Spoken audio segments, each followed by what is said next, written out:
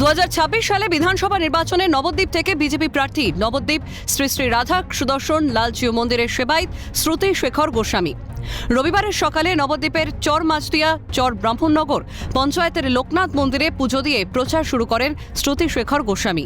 এলাকার প্রত্যেকটি বাড়িতে গিয়ে প্রচার চালান তিনি। সেখানে উৎসাহী সাধারণ মানুষ বিজেপি প্রার্থীকে ফুলের মালা পরিয়ে এবং পুষ্প বৃষ্টি করে স্বাগত জানান। প্রচার থেকে শ্রুতি শেখর গোস্বামী জানান, এখানকার বেশিরভাগ মানুষ বাংলাদেশ থেকে উদ্বাস্তু হয়ে এসেছেন। এখানে তারা তাদের নতুন বাড়িঘর নতুনভাবে তৈরি করেছেন।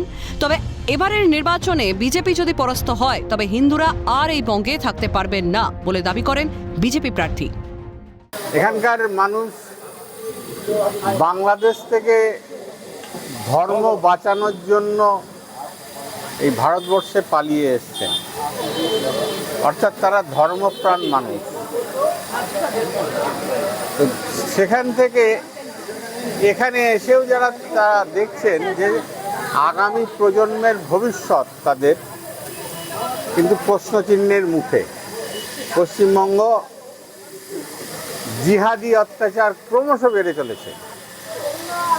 তো সেই জায়গা থেকে তারা আতঙ্কিত যে আবার পালিয়ে কোথায় যাব। সেখান থেকে তারা, আমি একজন মন্দিরের সেবাই এবং আমার আগেও কিছু টান নাই, সেখান থেকে তারা তাদের ভবিষ্যৎ প্রজন্মের নিশ্চয়তার জন্য তারা দুহাত ভরে আমাকে আশীর্বাদ করছে। এরই পাশাপাশি প্রচার থেকে নবদ্বীপ বিধানসভার বিজেপি প্রার্থীর আশ্বাস, ভোটে জয়ী হলেই তিনি নবদ্বীপ অঞ্চলে কর্মসংস্থান করবেন। সব কিন্তু বিজেপি শাসিত যেসব রাজ্যগুলো আছে সেখানে গিয়ে কাজ তারা নিচ্ছেন, কাজ করছেন।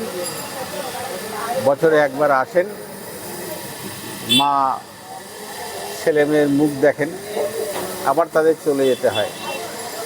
তো আমার যুদ্ধটা এটাই যে এখানে কর্মসংস্থানের ব্যবস্থা করা, পরিকল্পনা, আন্তরিকতা যদি থাকে আর যদি পরিকল্পনা থাকে তাহলে কর্মসংস্থানের বিষয়টি কোনো সমস্যা নয়। রবিবার শ্রুতিশেখর গোস্বামীকে ঘিরে পুরো এলাকা জুড়ে উৎসব মুখর পরিবেশ লক্ষ্য করা যায়। প্রসঙ্গত নবদ্বীপে নতুন মুখের ওপরেই ভরসা রেখেছে গেরুয়া শিবির। এখন দেখার ভোটের ফলাফল কেমন হয়।